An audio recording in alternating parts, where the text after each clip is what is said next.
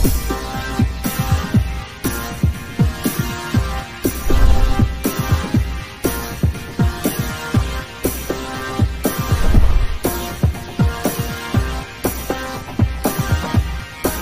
Friends, आपके अपने YouTube channel success मंत्रा classes में एक बार फिर से आपका स्वागत है। मैं एसके गौतम आपके सामने एक नई वीडियो के साथ उपस्थित हूं, जिसमें आज हम लोग देखेंगे सामान्य हिंदी और सामान्य हिंदी के टॉप 30 क्वेश्चन देखेंगे, जो कि काफ़ी इम्पोर्टेंट क्वेश्चंस हैं, जो आगामी परीक्षा आपका है। जैसे लेखपाल प्रस्तावित परीक्षा है आपकी, ठीक है, और उत्तर प्रदेश पुलिस के अंतर्गत जेल वार्डन, जो कि सितंबर में पेपर होने वाला है, और फायरमैन। इसको ध्यान में रखते हुए इस वीडियो को मैंने जो है बनाया है। और इसमें क्वेश्चन आप टॉप 30 मैंने जो रखा है वो काफ़ी इम्पोर्टेंट है। इन सारे जो है परीक्षाओं में पूछे गए प्रश्न हैं। आप वीडियो को पूरा देखें, स्किप ना करें, ठीक है। यदि आप वीडियो को पूरा देखते हैं तो 100% गारंटी है कि आपके प्रैक्टिस सेट से एक क्वेश्चन तो फंसना ही फंसना है, 1 से 2 क्वेश्चन जरूर आ जाते हैं, ठीक है। तो चलिए हम लोग शुरू करते हैं। तो शुरू करने से पहले हमारी छोटी सी आपसे एक रिक्वेस्ट है, यदि हमारे यूट्यूब चैनल पर आप नए हैं तो फ्रेंड्स हमारे यूट्यूब चैनल को सब्सक्राइब करें, लाइक करें और शेयर करें। और बगल में आप देखेंगे जैसे सब्सक्राइब करेंगे तो बेल आइकन की एक घंटी बन के आएगी, उसे जरूर दबा दें, ताकि जैसे आप दबाएंगे तो हमारी वीडियो की नोटिफिकेशन सबसे पहले आपको मिल जाएगी, जैसे भी हम वीडियो अपलोड करेंगे, ठीक है। तो चलिए हम लोग शुरू करते हैं। तो शुरू करने से देखिए, शुरू करते हैं कहाँ से हम लोग शुरू करते हैं, एक स्लोगन से शुरू करेंगे। उड़ता वही है जो फड़फड़ाता है। हाँ जी बिल्कुल, जो फड़फड़ाएगा वो उड़ेगा 100%। जो किसी चीज को पाने की चाह रखेगा वही उस चीज को पा सकता है, ठीक है। चलिए आगे बढ़ते हैं हम लोग इसी स्लोगन के साथ। पहला क्वेश्चन हम लोग आज देखेंगे। पहला क्वेश्चन है, आपकी स्क्रीन पर आ चुका है। पहले क्वेश्चन में दिया गया है कि निम्नलिखित दिए गए विकल्पों में से तद्भव शब्द का चयन कीजिए। ये आपके पास 4 विकल्प हैं, इसमें से आपको तद्भव शब्द का चयन करना है। फ्रेंड्स यहाँ पर एक बात थोड़ी सी ध्यान रखिएगा, यहाँ पर जो निर्देश दिया गया है क्वेश्चन 1 से लेकर 3 तक का निर्देश है, यानी कि जो नेक्स्ट क्वेश्चन आएगा यानी दूसरा और तीसरा जो क्वेश्चन आएगा उसमें भी आपको तद्भव ही जो है चूज करना है। क्लियर। तो यहाँ पर देखिए, पहला ऑप्शन आपके पास शांति दिया गया है, दूसरा ऑप्शन दिया गया सांस, और तीसरा ऑप्शन दिया गया गणना, चौथा ऑप्शन दिया गया है दंत। तो फ्रेंड्स यहाँ पर जो हमारा राइट आंसर बनेगा वो बनेगा सांस। सांस का जो तत्सम होता है श्वास। याद रखिएगा क्या होता है, श्वास होता है। क्लियर। चलिए बढ़ते हैं अगले क्वेश्चन की तरफ। अगला क्वेश्चन आपकी स्क्रीन पर आ चुका है।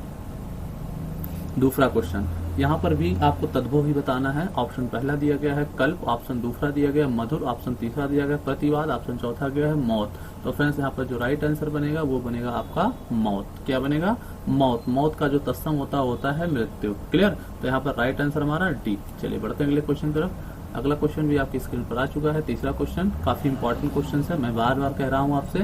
पहला देखते हैं इसमें क्या ऑप्शन दिया गया, विषम, दूसरा अनुच्छेद, तीसरा स्वार्थ और चौथा सूत्र। तो फ्रेंड्स यहाँ पर आप जल्दी जल्दी आंसर लगाइए, ठीक है, और लाइक और सब्सक्राइब करते रहिए। तो यहाँ पर देखिए हमारा जो आंसर बनेगा वो बनेगा सूत्र। सूत्र का जो हमारा जो है तत्सम होगा वो होगा सूत्र।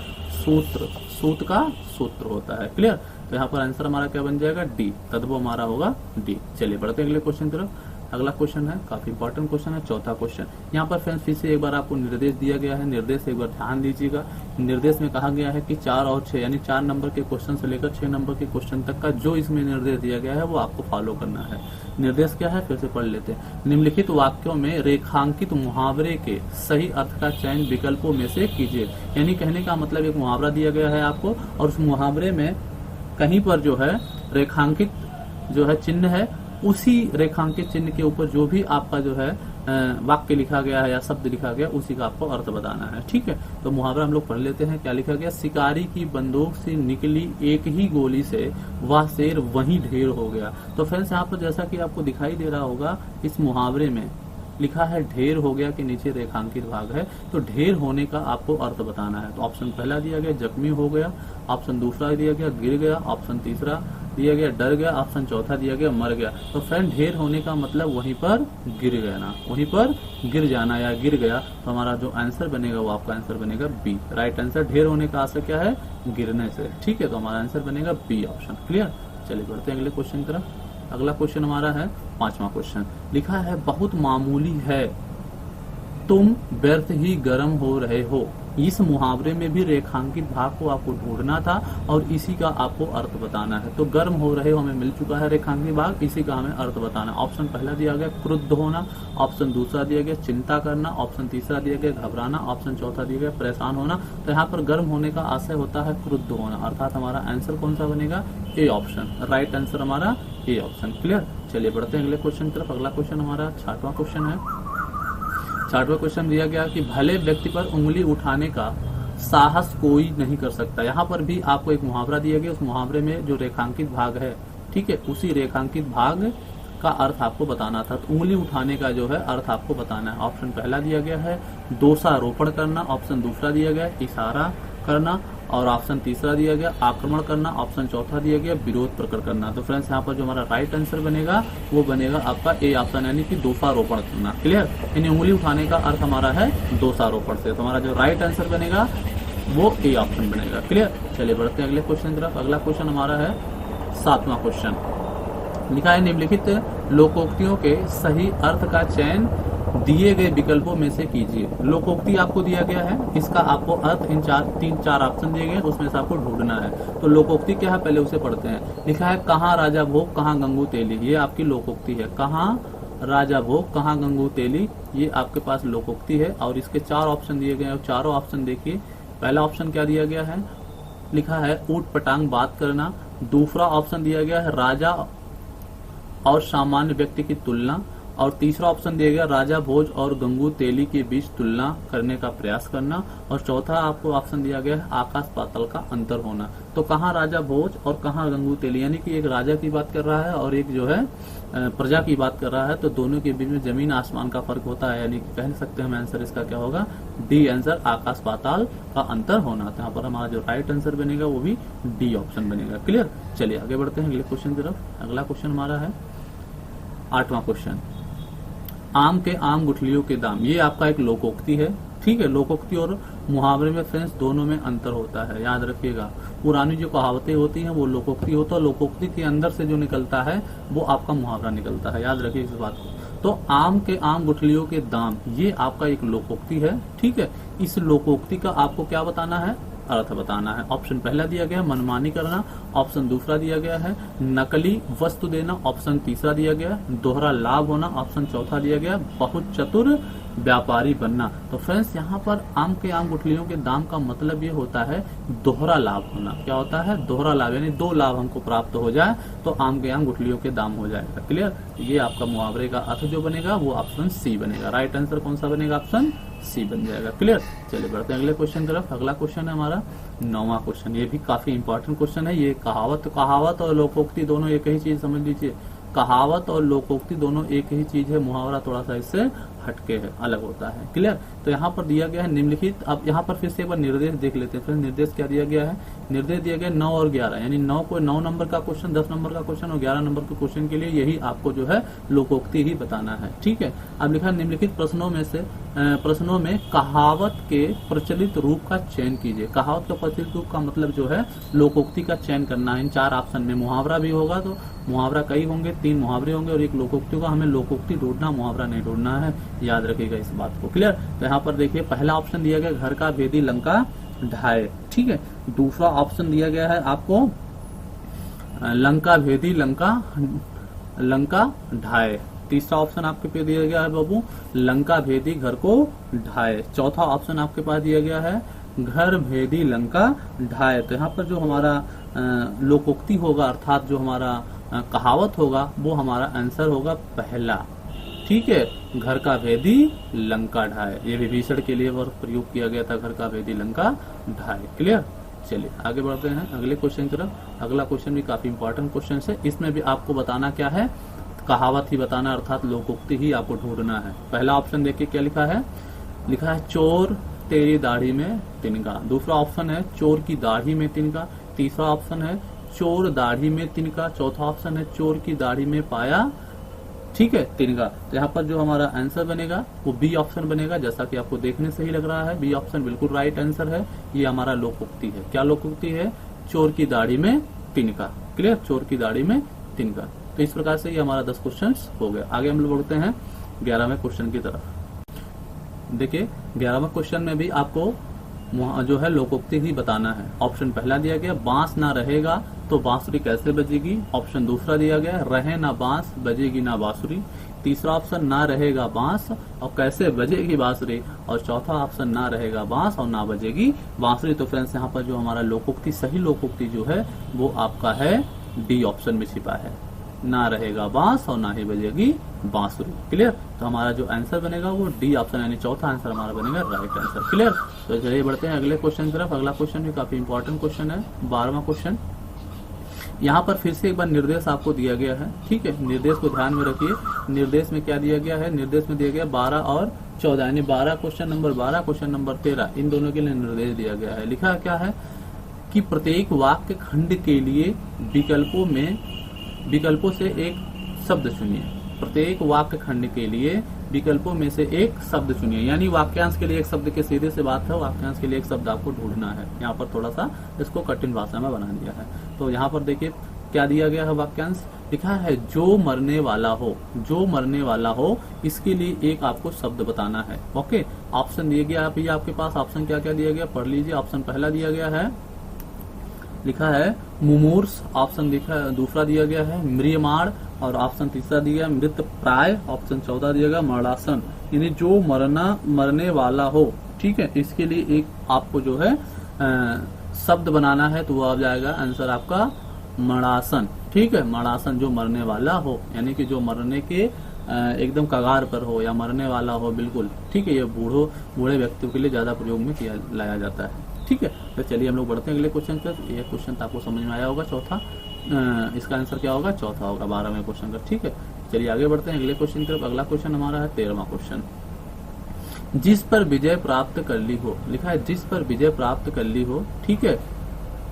इसके लिए भी आपको एक शब्द चुनना है, ठीक है। ऑप्शन पहला लिखा है विजित, ऑप्शन दूसरा है अजात शत्रु, तीसरा ऑप्शन है आपके पराजित, चौथा ऑप्शन है प्रतंत्र। तो यहाँ पर जो है ऑप्शन जो हमारा सही होगा पराजित। पराजित का मतलब होता है जिस पर विजय प्राप्त कर लिया हो, जिसको हम क्या हो विजित कर लिए हो, जिसको हम जीत लिए हो, ठीक है। तो इसका हमारा जो राइट आंसर बनेगा बाबू, वो आंसर हमारा बनेगा सी ऑप्शन। क्लियर। चलिए आगे बढ़ते हैं अगले क्वेश्चन की तरफ। अगला क्वेश्चन हमारा है काफी इंपॉर्टेंट क्वेश्चन, वो भी होगा, ठीक है। 14वां क्वेश्चन लिखा है जिसके आर पार देखा ना जा सके, जिसके आर पार देखा ना जा सके इसके लिए वाक्यांश के लिए एक आपको शब्द बनाना है। पहला ऑप्शन दिया गया है दूरदर्शी, दूसरा ऑप्शन लिखा है सूक्ष्मदर्शी, तीसरा ऑप्शन पारदर्शी और चौथा ऑप्शन है आपके पास क्या लिखा है अतलदर्शी। तो फ्रेंड्स यहाँ पर जो पारदर्शी चीज होता है उसके आर पार देखा जा सकता है। शीशे की बात कर रखा है, शीशा अगर हमारा पारदर्शी हो, एक तरफ जो है उस पर लेप ना लगाया गया, वो पारदर्शी शीशा होगा तो आर पार हमें दिखाई देगा। क्लियर। तो यहाँ पर हमारा जो आंसर बन जाएगा वो सी ऑप्शन का बनेगा राइट आंसर। क्लियर। चलिए आगे बढ़ते हैं। हाँ, अगर आपको मजा आ रहा हो तो भाई लाइक और सब्सक्राइब बिल्कुल करते रहिए। लाइक और सब्सक्राइब करने में आप जो है बिल्कुल कंजूसी करते हैं और साथ में कमेंट करते रहिए वीडियो आपको कैसी लग रही है, ठीक है। तो देखते हैं 16वां क्वेश्चन लिखा है वर्ष में एक बार उसके विद्यालय में धूमधाम से उत्सव मनाया जाता है, ठीक है। अब देखिए थोड़ा सा यहाँ ध्यान से समझिएगा इस बात को। लिखा है कि वर्ष के एक बार उसके विद्यालय में धूमधाम से उत्सव मनाया जाता है। तो यहाँ पर जो रेखांकित भाग है इसका आपको अर्थ बताना है, इसके लिए एक शब्द आपको चुनना है, ठीक है। क्या है वर्ष में एक बार, वर्ष में एक बार का मतलब होता है वार्षिक, वार्षिक यानी हमारा जो आंसर बनेगा इन चारों ऑप्शनों में से वो ऑप्शन बनेगा हमारा बी। क्लियर। कौन सा बनेगा बाबू, बी बनेगा। 17वां क्वेश्चन देखेंगे। 17वां क्वेश्चन बाबू एक बार निर्देश फिर से आप देख लीजिए, निर्देश में क्या दिया गया है उसे एक बार निर्देश फिर से एक बार देख लीजिए। निर्देश में आपको दिया गया है कि 17 नंबर से 20 नंबर का निर्देश दिया गया। 17 नंबर से 20 नंबर तक को जो यहाँ पर आपको निर्देश दिया गया वो सब में फॉलो करना है, ठीक है। लिखा क्या है निर्देश में समझिएगा। प्रत्येक वाक्य के लिए विकल्पों में से उसके प्रश्न को चुनिए, विकल्पों में से उसके प्रश्न को चुनिए, ठीक है। उसके प्रकार को चुनिए यानी विकल्पों में से उसके वाक्य के प्रकार को आपको चुनना है कि कौन से प्रकार का वाक्य है, वो सरल वाक्य है, संयुक्त वाक्य, मिश्र वाक्य है, इनमें से कोई नहीं है। जो आपको यहाँ दिया गया है वाक्य इसे आपको चुनना है कि इनमें से कौन सा है, ठीक है। 17 नंबर का क्वेश्चन पढ़ते हम लोग। लिखा है समय पर पश्चाताप करना ही बुद्धिमानी की बात है, समय पर पश्चाताप करना ही बुद्धिमानी की बात है। इसके लिए आपको बताना है ये जो हमारा वाक्य है ये कैसा वाक्य है, संयुक्त वाक्य है, सरल वाक्य है या मिश्र वाक्य है। ऑप्शन पहला सरल वाक्य, दूसरा ऑप्शन मिश्र वाक्य, तीसरा संयुक्त वाक्य और चौथा ऑप्शन आपको दिया इनमें से कोई नहीं। तो फ्रेंड्स यहाँ पर जो हमारा राइट आंसर है वो हमारा बनेगा सरल वाक्य। क्या बनेगा ये हमारा है सरल वाक्य। क्लियर? वाक्य प्रकार में जाएंगे तब ये सारी चीजें आपको क्लियर होंगी। तो ये आपका जो है सरल वाक्य दिया गया है, तो राइट आंसर हमारा ए होगा। क्लियर? चलिए बढ़ते हैं अगले क्वेश्चन तरफ। अगला क्वेश्चन हमारा 18वां क्वेश्चन है। देखो 18वें क्वेश्चन के लिए भी आपको क्या करना है, यही चीज करना है जो आपने अभी 17वें क्वेश्चन में किया है। लिखा है ना उनसे हाँ, ना उनसे हाँ भरी, ना उसके भाई ने हाँ भरी, मतलब ना उसने हाँ भरी ना उसके भाई ने हाँ भरी। ये वाक्य जो आपको दिया गया बहुत इम्पोर्टेंट है, बहुत ही इम्पोर्टेंट है और इसका आंसर आपको देना है, गलत नहीं करना है। क्लियर? देखिए ऑप्शन देखते हैं हम लोग। पहला है मिश्र वाक्य, दूसरा है संयुक्त वाक्य, तीसरा है सरल वाक्य, चौथा है ननाबी, अर्थात इनमें से कोई नहीं। तो फ्रेंड्स यहाँ पर जो हमारा राइट आंसर होगा ना उसने हाँ भरी ना उसके भाई ने हाँ भरी। तो ये हमारा जो वाक्य है वो है संयुक्त वाक्य। कौन सा वाक्य है? संयुक्त वाक्य है, ये जुड़ा हुआ वाक्य है। क्लियर? तो हमारा जो राइट आंसर बनेगा वो बी आंसर बनेगा। क्लियर? चलिए आगे बढ़ते हैं अगले क्वेश्चन तरफ। अगला क्वेश्चन हमारा है 19वां क्वेश्चन। इसमें भी वही चीज आपको क्या करना है, वही आपको वाक्य का प्रकार ही बताना है। ठीक है? लिखा है समर्थ के आगे अकिंचित की क्या विरासत है। समर्थ के आगे अकिंचित की क्या विसात है। ठीक है? ऑप्शन पहला है सरल वाक्य, ऑप्शन दूसरा है मिश्र वाक्य, ऑप्शन तीसरा है संयुक्त वाक्य, ऑप्शन चौथा है इनमें से कोई नहीं। तो फ्रेंड्स जो राइट आंसर है वो हमारा है कौन सा? सरल वाक्य। कौन सा है? सरल वाक्य। राइट आंसर हमारा है सरल वाक्य। क्लियर? चलिए बढ़ते हैं अगले क्वेश्चन की तरफ। अगला क्वेश्चन हमारा 20वां क्वेश्चन है, वो भी काफी इंपॉर्टेंट क्वेश्चन है। 20वें क्वेश्चन के लिए यही आपको जो है वाक्य ही चुनना है कि कौन से किस प्रकार का ये वाक्य है। लिखा है दान करना अच्छी चीज है, दान देना एक मजबूरी है। दान देना या दान करना अच्छी चीज है, दान लेना एक मजबूरी है। बिल्कुल सही बात कहा जा रहा है। जब कोई व्यक्ति मजबूर होता है तभी दान लेता है, किसी से मांगता है, अन्यथा वो मांगना नहीं चाहता है। और लेकिन कुछ लोगों की पेशा ही ऐसा बन जाता है, लेकिन उससे हमसे कोई मतलब नहीं। हमें आना इसमें वाक्य में बताना कौन सा वाक्य का प्रकार है। ऑप्शन पहला है मिश्र वाक्य, ऑप्शन दूसरा है संयुक्त वाक्य, ऑप्शन तीसरा है सरल वाक्य, ऑप्शन चौथा है ननादेश। तो बेटा इसमें जो हमारा राइट आंसर बनेगा वो बनेगा कौन सा? संयुक्त वाक्य। कौन सा आंसर है? ध्यान रखिएगा कौन सा आंसर है? संयुक्त। थोड़ा सा हम कलर चेंज कर लें तो कौन सा आंसर हमारा है? ये संयुक्त वाक्य। क्लियर? चलिए बढ़ते हैं अगले क्वेश्चन तरफ। अगला क्वेश्चन भी काफी इंपॉर्टेंट क्वेश्चन होने वाला है। 21वां क्वेश्चन। 21वें क्वेश्चन में थोड़ा सा देख लीजिए, ध्यान दीजिएगा। इसमें भी आपको निर्देश दिया गया। निर्देश क्या दिया गया? वो निर्देश किसके लिए? 21 और 22, यानी कि 21 नंबर का क्वेश्चन और 22 नंबर के क्वेश्चन के लिए निर्देश दिया गया। निम्नलिखित हम निर्देश क्या? निम्नलिखित विकल्पों में से सरल वाक्य का चयन कीजिए। आपको सरल वाक्य ढूंढना है। ठीक है? ऑप्शन पहला दिया गया क्या है?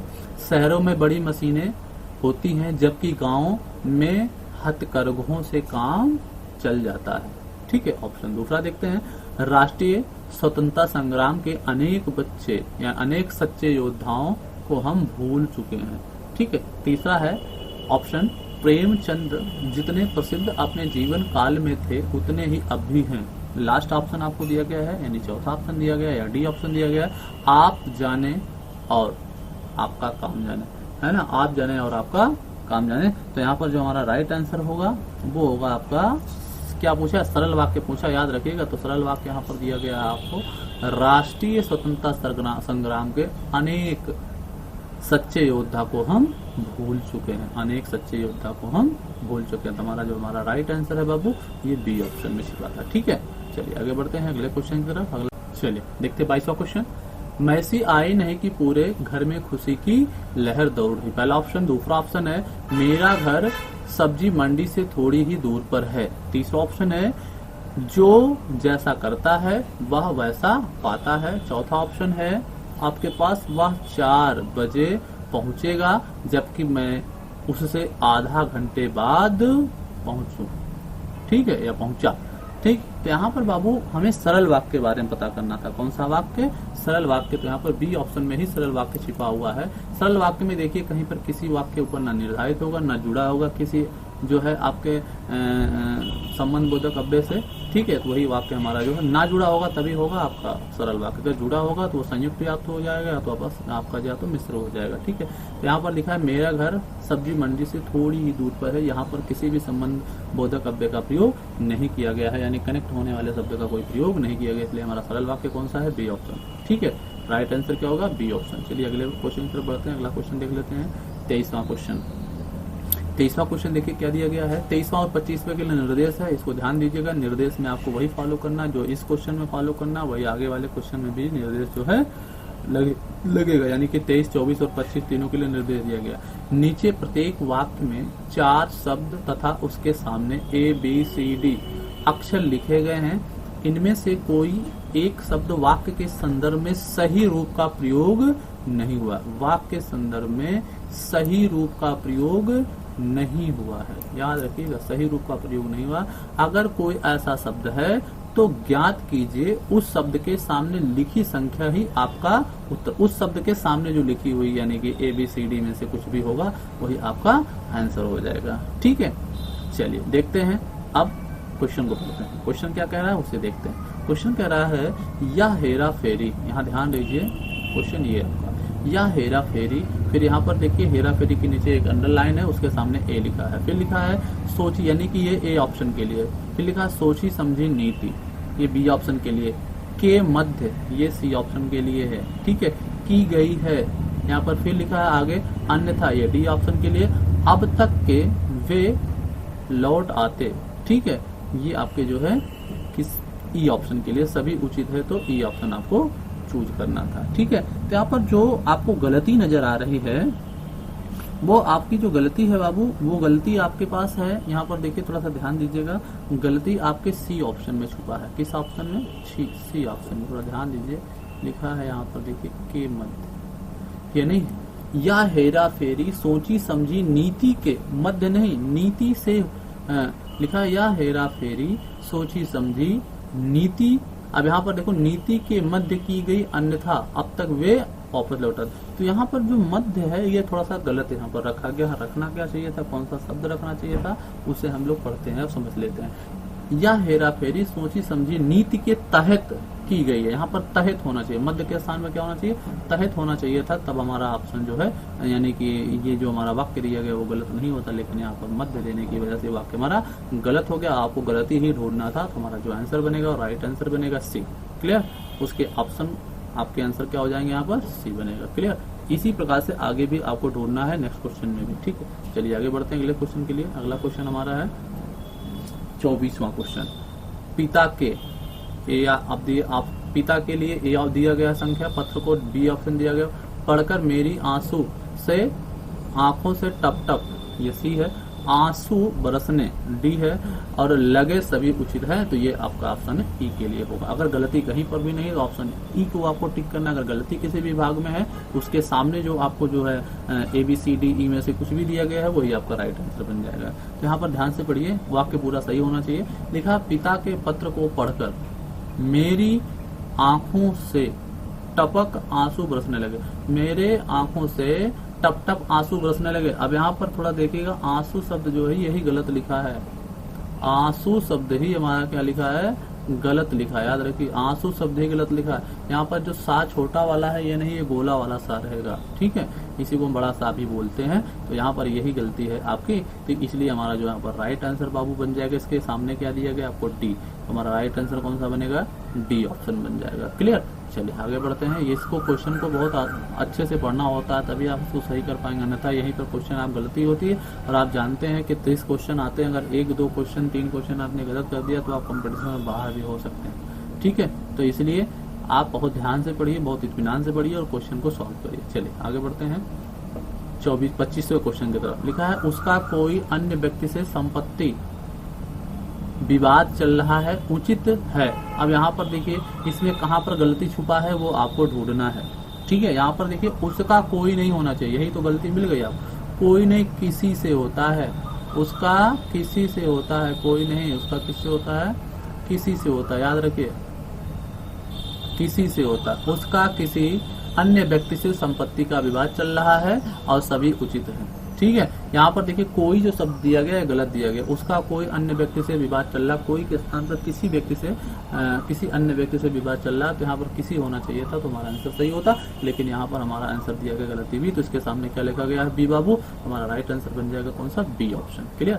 चलिए बढ़ते हैं अगले क्वेश्चन की तरफ। अगला क्वेश्चन हम देखेंगे क्या है हमारा 26वां क्वेश्चन। 26वां और 27वें के लिए फिर से आपको एक बार निर्देश दिया गया, निर्देश को आप ध्यान से पढ़िए। निर्देश में क्या दिया गया है, ये आपके 26 क्वेश्चन और 27 क्वेश्चन के लिए है। दिए गए विकल्पों में से बेमेल शब्द का चयन कीजिए। बेमेल का मतलब जो सबसे अलग हो, इन चारों में से जो सबसे अलग हो वो आपको ढूंढना है। ऑप्शन पहला दिया गया है आश्वासन, ऑप्शन दूसरा दिया गया है सांत्वना, और तीसरा ऑप्शन दिया गया सहयोग, ऑप्शन चौथा दिया गया आपका दया। तो थोड़ा सा ध्यान दीजिए, यहाँ पर देखिए लिखा है आपका दया, सांत्वना और आश्वासन देना, ये तीनों एक से संबंधित है, परंतु जो यहाँ सहयोग देना है यानी सहयोग जो लिखा गया है ये आपका अलग है, यानी बेमेल है, इसलिए हमारा जो आंसर बनेगा वो सी बनेगा।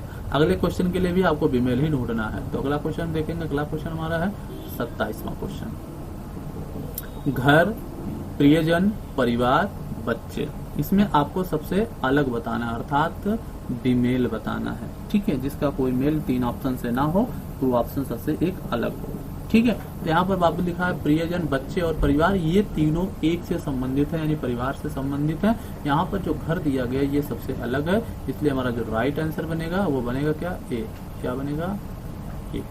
राइट आंसर हमारा बनेगा ए, यानी घर। क्लियर। चलिए बढ़ते अगले क्वेश्चन की तरफ। अगला क्वेश्चन हमारा है, बढ़िया क्वेश्चन है, 28वां क्वेश्चन।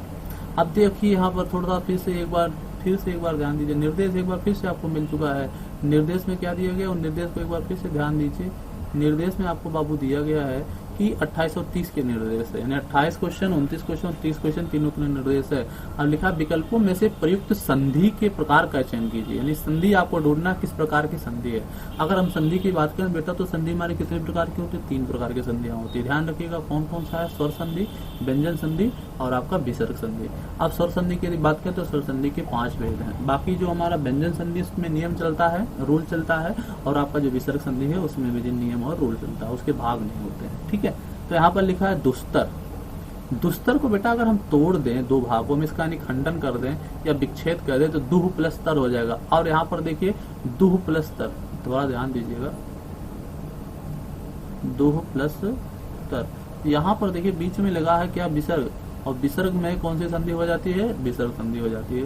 इसलिए हमारा ऑप्शन जो हमारा राइट आंसर बनेगा वो विसर्ग संधि बनेगा। आप उनके ही लगा दीजिए कौन सा, विसर्ग संधि। क्लियर। तो चलिए आगे बढ़ते हैं, ये समझ में आ गया होगा। तो आगे बढ़ते हैं अगले क्वेश्चन की तरफ। अगला क्वेश्चन हमारा 23वां क्वेश्चन। इसमें भी आपको संधि ही बताना है, संधि के प्रकार बताना है। शब्द आपको दे रखा है बाबू अभिषेक। अभिषेक शब्द में आपको बताना है कौन सा संधि है। पहला दिया है दीर्घ स्वर संधि, दूसरा दिया गया व्यंजन संधि, तीसरा दिया गया यण संधि, चौथा दिया गया है गुण संधि। तो फ्रेंड्स पहले हम तोड़ के देख लेते हैं, जब इसको तोड़ेंगे तो तभी तो हम बता पाएंगे।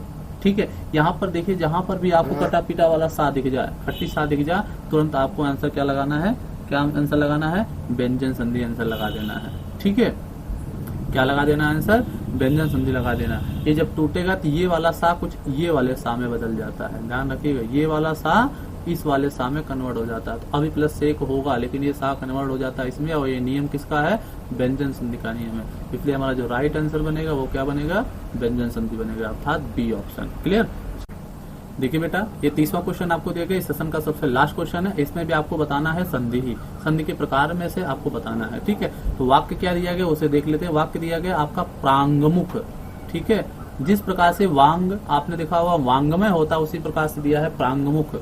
वांगमय में आपका संधि अगर होता है तो वो आपका व्यंजन संधि होता है। तो ऑप्शन देख लेते हैं। पहला संधि आपका यण संधि है, दूसरा है आयादी संधि, तीसरा व्यंजन संधि, चौथा है दीर्घ संधि। तो यहाँ पर अगर हम बात करें तो ये व्यंजन संधि के रूल के अंतर्गत आ जाता है क्योंकि जब इसको हम तोड़ेंगे तो ये वाक प्लस मुख हो जाएगा। जिस प्रकार से वांग मुख होता है वाक प्लस मय हो जाता है, उसी प्रकार से ये वाक प्लस मुख हो जाएगा। तो हमारा राइट आंसर कौन सा बनेगा, राइट आंसर आपका बनेगा बाबू सी आंसर। कौन सा, सी आंसर, यानी कि व्यंजन संधि। व्यंजन संधि आपका राइट आंसर बनेगा। ठीक है, तो आप ध्यान रखिएगा ये हमारे 30 क्वेश्चंस जो है कंप्लीट हो चुके हैं। ठीक है, अगर यह वीडियो आपको अच्छी लगी तो हमारे YouTube चैनल को क्या करें, सब्सक्राइब करें। पहली बात मैं आपको क्या बता रखा हूँ, आपको क्या करना है, सब्सक्राइब करना है, साथ में बाबू लाइक करना है और साथ में कमेंट करना है और लोगों को शेयर करना है। बगल में एक बेल की घंटी आपको दिखाई देगी, उस घंटी को भी आपको प्रेस करना है ताकि हमारी वीडियो की नोटिफिकेशन आपको सबसे पहले मिलती रहे। ठीक है। हाँ, एक चीज और यहाँ ध्यान रखिए, अगर इस वीडियो की आपको क्या चाहिए, पीडीएफ चाहिए, याद रखिए अगर आपको इस वीडियो की पीडीएफ चाहिए